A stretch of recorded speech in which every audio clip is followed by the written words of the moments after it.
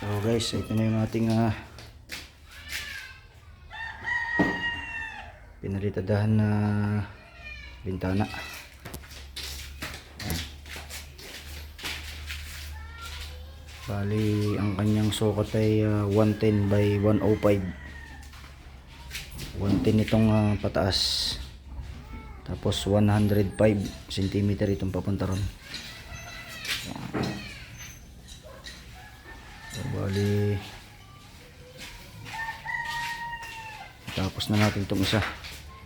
Bali, itong isa bukas kinapos tayo ng oras kasi matagal dito yung mag-prepare, mag-layout. Matagal dito guys kasi kailangan pang itong hulugan at i-level yung pinaka, yan yung header nya, yan kailangan pang i-level yan. Hindi yung ito, yung tansi pababa, kinakailangan din yan nakahulog, pati dun sa kabila. Ayan, kabilang tansi.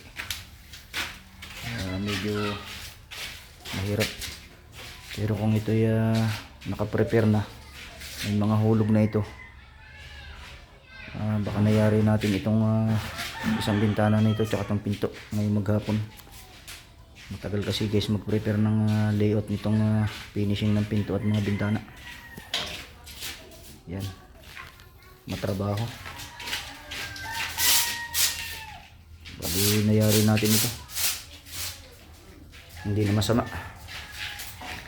Yan, unti-unti na ho natin matatapos bawat kantuhan nitong bahay. Ito yung pinantuhan natin kahapon na poste. Tapos ngayon naman, ayun naman guys yung bintana. So bali bukas yun, yung pinto na yun, saka ito, itong isang bintana na ito, kakantuhan natin yung bukas.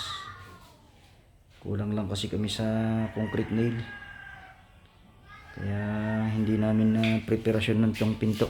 Pero kung kami may concrete nail kanina, baka na tapos natin ito, saka yung isang bintana na yun. Bali, tinanggal lang kasi namin yung concrete nail nito, itong bintana, kaya nailipat namin doon. Kaya napalitadahan natin yan, yung kantuhan ng pinto na yan. So bali bukas, kung ito'y may lilayout namin na maaga itong bintana, so bali meron na rin kasing layout yung pinto, ito na lang bintana, may posibilidad na matapos natin yung dalawa na yan.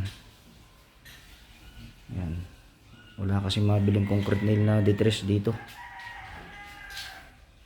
sa bayan pa bibili, kaya hindi natin na kantuhan nitong pinto. Bali alas 3 na natin na kantuhan itong pinto na ito. Ayan, napakahirap lang magkantuhan guys, kasi nga kailangan mo ng tiyaga, hindi mo kailangang apurahin kasi bumabagsak yung halo lalo doon.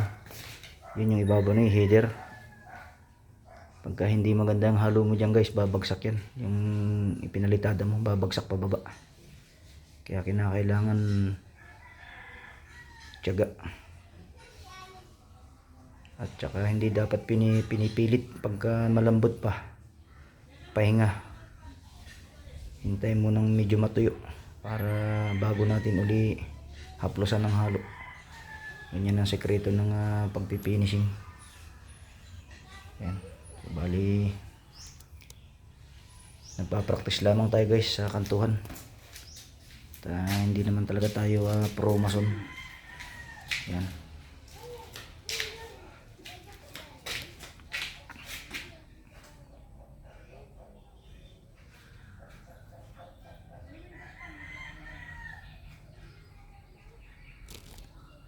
alright.